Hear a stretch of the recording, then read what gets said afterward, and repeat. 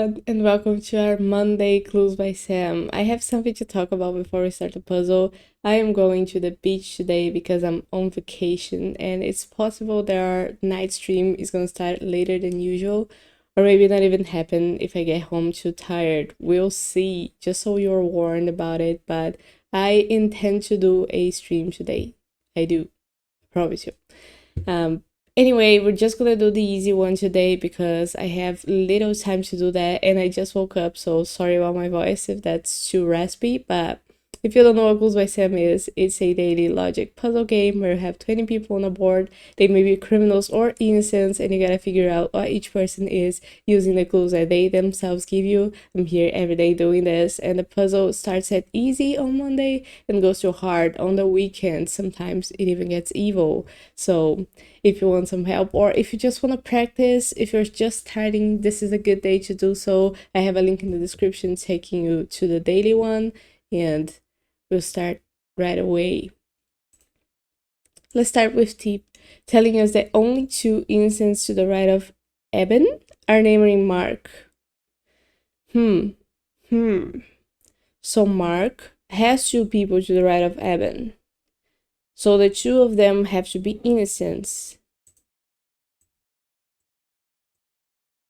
And I guess that clue doesn't tell us anything else about row 2 or Eben, so we're just gonna dismiss it. Now, Helen tells us that one of the two pilots has a criminal directly above them. Where are the pilots? Well, there's two pilots total. One of them has an innocent above them, so the other one has to have the criminal. And we don't need Helen's clue anymore. And now Gabe tells us that both innocents below Bonnie are connected. So there's Gabe below Bonnie, who is a criminal, so he's not part of both innocents. And there's three more people. Two of them have to be innocent. In order for them to be connected, Olivia has to be an innocent, and we don't know about the other one. Now Olivia tells us there are exactly three innocents in column B. Since we know that two of those innocents are below Bonnie, and Bonnie is the first one in the column, she has to be the third one. Now Bonnie tells us that Nicole is one of two criminals in row 4. So we know there's two criminals in row 4 and two innocents, since the total is 4 people. And now Nicole tells us there are exactly two innocents in row 2. So now we know that Eben is a criminal, since the two innocents in row 2 are Helen and Isaac.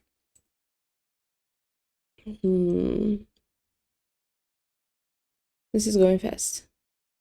Now, Eben tells us there are as many innocents loose as there are innocent teachers. We have two criminal teachers. Any more teachers on the board?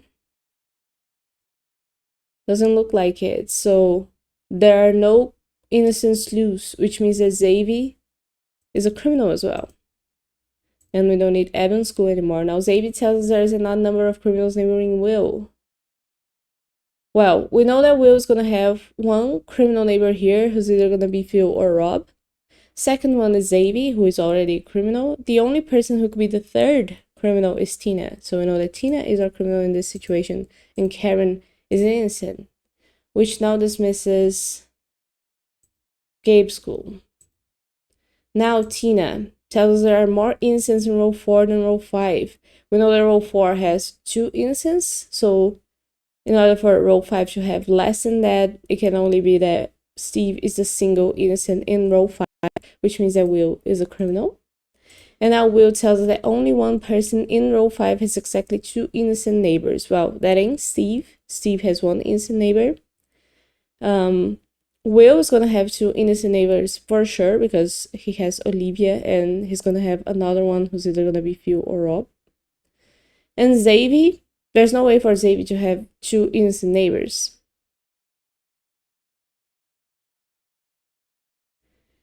Tina has two innocent neighbors. So how can Tina and Will not have the same number of innocent neighbors? Tina has to have 3 of them. Since there's no way for Will to have more or less than that, then Tina has to have more or less than that. She already has 2, so she has to have more, which means that Phil is an innocent as well, and Rob is a criminal. Now, Rob tells us that Chris and Helen have 3 innocent neighbors in common. Chris is here, and Helen is here. they have 4 neighbors in common. 2 of them are already innocents and 1 of them is already a criminal, so the last one has to be an innocent, so we can total 3 innocents. And now Diane tells us that column A is the only column with exactly 2 innocents. Column, not row, column. So we're looking at column A, and we know that Steve is one of the innocents in there, and the other one has to be either Julie or Aaron. Now, column B already has more than 2 innocents. Column C has 2 innocents already. So that means there has to be at least 1 more, but it could be that there's 2 more.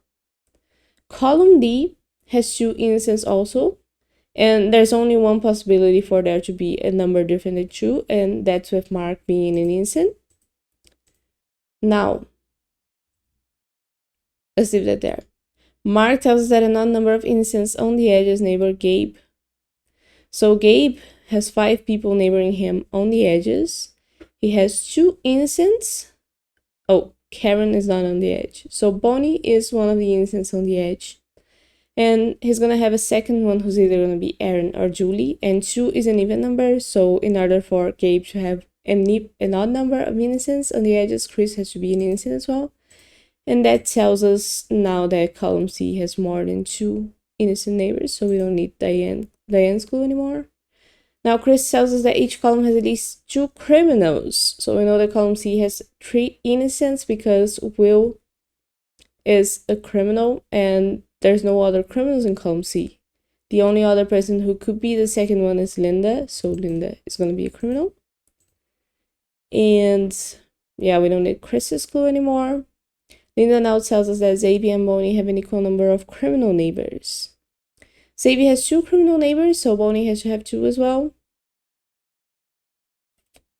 So we know that Evan and Gabe are those 2, which means that Aaron is an innocent, and because of that, Julie is a criminal.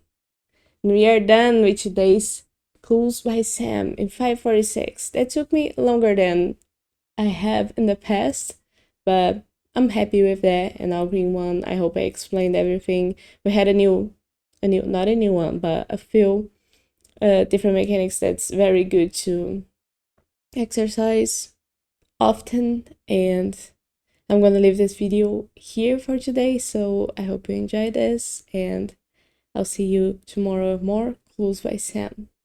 Bye bye.